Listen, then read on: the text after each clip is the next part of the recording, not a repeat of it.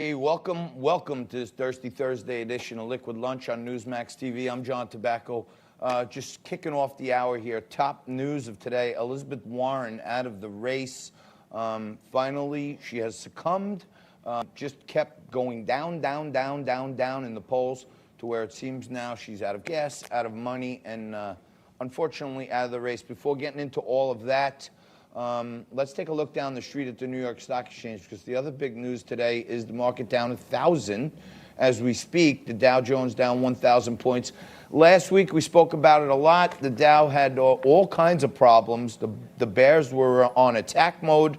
The bulls were on the run. We gave up about 2,500 points, just over 10% loss. We broke right through correction territory last week. And today, when we look at the markets, earlier this week, we were up 1,200, largest single-day point gain in history. Then we're down the next day. Yesterday, we were up 1,100 with a really strong close. But it appears that there are more cases of the coronavirus popping up here in the United States, and that's causing more fear, fright, and hysteria, and the markets are not handling it well today. We'll keep you up to date on all that stuff. If you got some Bitcoin in your portfolio, that's something pleasant to look at. Bitcoin up over 300 points today at 9,100 as we speak. So you may see a little reverse correlation there with the market down, Bitcoin up. Maybe a good offset to have in your portfolio. We'll keep you posted on all of that stuff. Now, with Elizabeth Warren out of the race, Mike Bloomberg out of the race, Pete Buttigieg out of the race, Amy Klobuchar out of the race, the field is cleared. The oceans have parted, and it looks like now we have the fight that we've been looking for. I call it good versus evil. Joe Biden, not that he's my candidate, but on the Democrat side, we're going to see what Democrats want to be right here. Do they want to be socialists like Bernie Sanders and attack millionaires and billionaires? Or do they want to follow behind the Pied Piper, Joe Biden? Now, let's keep in mind, Joe Biden had a wonderful bounce. South Carolina sent him on a rocket shot here. He had some surprising victories on Super Tuesday, really catapulted him into the lead. Still waiting for the final numbers to come in from California, but it looks like even after California, Joe Biden's going to be in the lead by 50 or 60 delegates, which is really good for him. Now the question is this. Elizabeth Warren is up for grabs. We saw Mayor Pete drop out, went with Joe Biden. We saw Mike Bloomberg drop out, went with Joe Biden. Amy Klobuchar went with Joe Biden. We had Jen Kearns on yesterday, former communications director for the Republican Party for the state of California. She broke some exclusive news with us that it was her information that Barack Obama himself called Mayor Pete and asked him to step out and get behind Joe Biden. So it seems like the establishment is working its way towards making Joe Biden the heir apparent. He was the guy. They're afraid of Bernie taking over this party. And now Elizabeth Warren is up for grabs.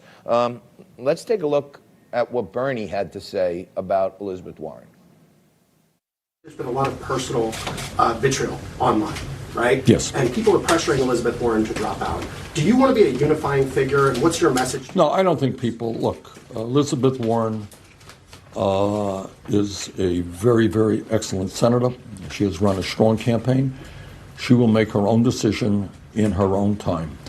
And in terms of vitriol on the online, I'm disgusted by it. All right. Look, I think the Twitter world is an opportunity for people to debate issues, have good, honest debates about issues, but not to make vitriolic attacks on somebody because you disagree with them. I don't know. Sounds to me like he's trying to butter her up, trying to take a little heat off her, and it kind of looks like he's making a plea for her to get behind Bernie. And the scary thing for Bernie is if Elizabeth Warren somehow gets on the Biden train, because she was kind of, being talked about as like Bernie light, and to have a woman who's already an elected official, who has some of those real progressive left tenets in her, Biden-Warren may be a combo that the Democratic establishment thinks is a winning formula. Now, me personally, I think that Hillary Clinton, she recently announced a podcast. She's been doing some more television appearances, and I think she might be waiting in the wings here to somehow get on the ticket with Joe Biden as well. Now, Hillary was recently on Jimmy Fallon, and she kind of dismissed one candidate. Take a look. Young but charismatic and dynamic and breaks barriers.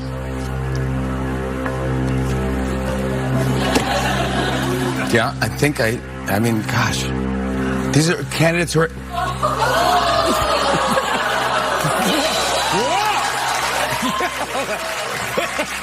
I want to pick that one up right now. I'm like, wow. Wow. What was? These are candidates. These are all the candidates, including People who were in, people who still are in. I don't know. Many people are saying when she reached into that bag of tricks, the name she pulled out was Bernie Sanders, and she didn't want to say that name. She kind of dismissed it, whipped it behind her.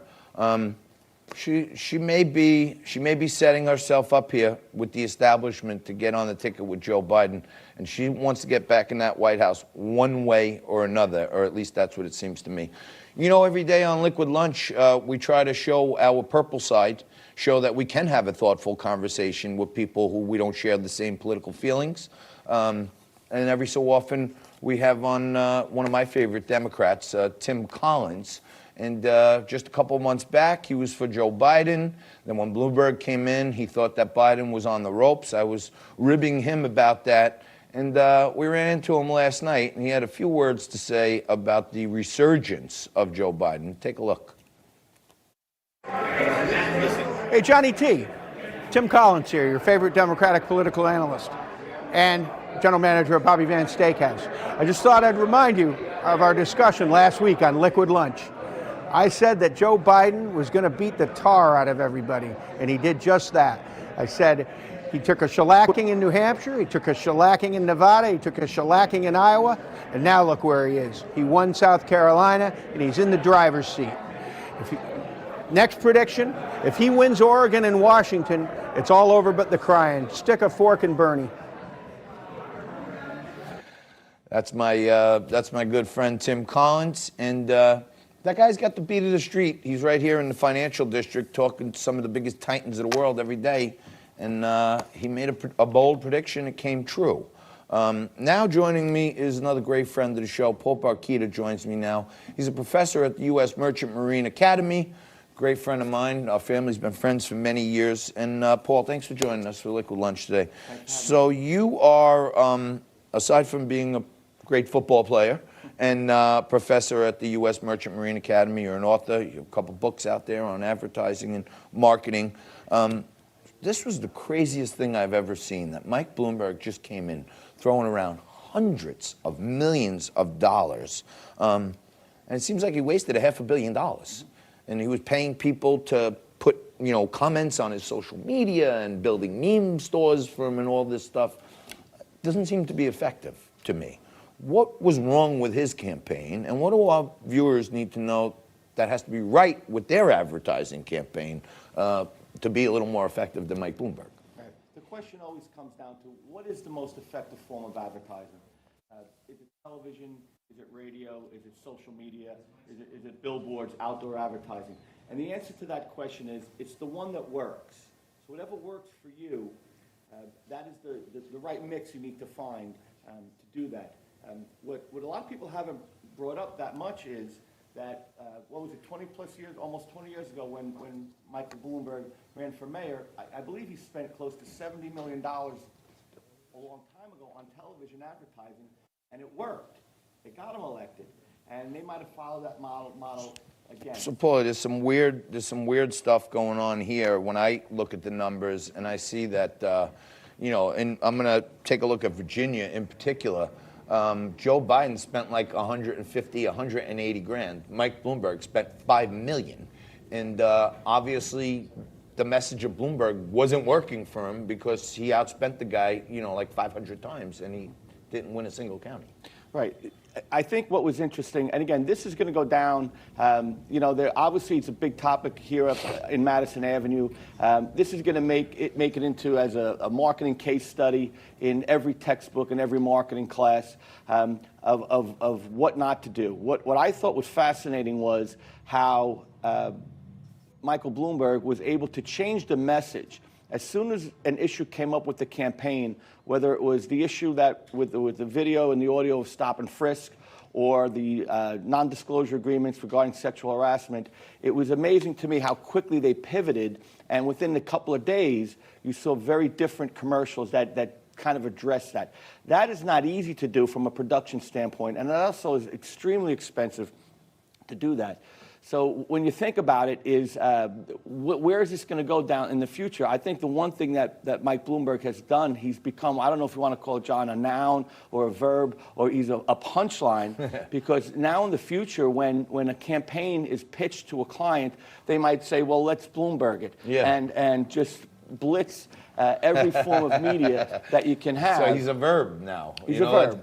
We got Bloomberg. We got Bloomberg. So what does this term reach and frequency mean? Great. Two of the biggest foundations of advertising are reach and frequency. Reach means how many potential customers are exposed to the advertising.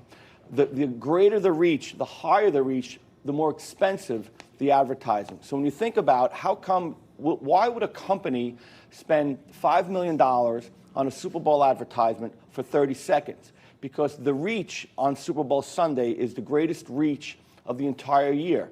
The Super Bowl is the #1 television program annually, and you'll get close to 120 million people in the entire country can be exposed to your message. So that's defining reach. Frequency means how often do you run the advertising campaign, and the Bloomberg campaign is now the poster child for frequency, where you were being just bombarded on every form of media, not just television, but radio, but iHeartRadio, streaming video, radio. And what I thought the other night, when he took out 3 minutes of airtime on Sunday night on 2 networks, that is unheard of, and just the amount of money that went down the tubes for that is really it's just unprecedented. My other point is that the networks, television, radio, they're not happy that he dropped out. They wanted him to stay in the race. Right, yeah, of course not. They wanted and him to hang drop around another forever. half of $500 million if he would have stayed in the race. So it's just an interesting case to see where to go right. And obviously, when he got up yesterday, he realized it wasn't working, and he pulled the plug on the campaign. Talk about a hangover. You know what I mean? After you spend $500 million, he probably needed more than a liquid lunch yesterday. Absolutely. That's for sure. Yes. And I've had more than one liquid lunch with this guy right here. We've been friends since we were little kids. Yes. And he's out there on the campus of the U.S. Merchant Marine Academy as a professor, educating the young men and women who are going out there and fighting to keep our freedoms and liberties that we enjoy here. My friend, thank you very much for joining us. Your reach is great. Thank you very much. And we have to improve your frequency on liquid lunch. Okay, Absolutely. you can't Anytime. come every few months. I need more Vito in my life. You know what I'm saying? Absolutely. We're going to take a quick break right here. We're going to come back after this with some more liquid lunch, and Rafael Manuel from the Manhattan Institute is going to be here about Bernie's plan for nationwide bail reform. Rafael, up next.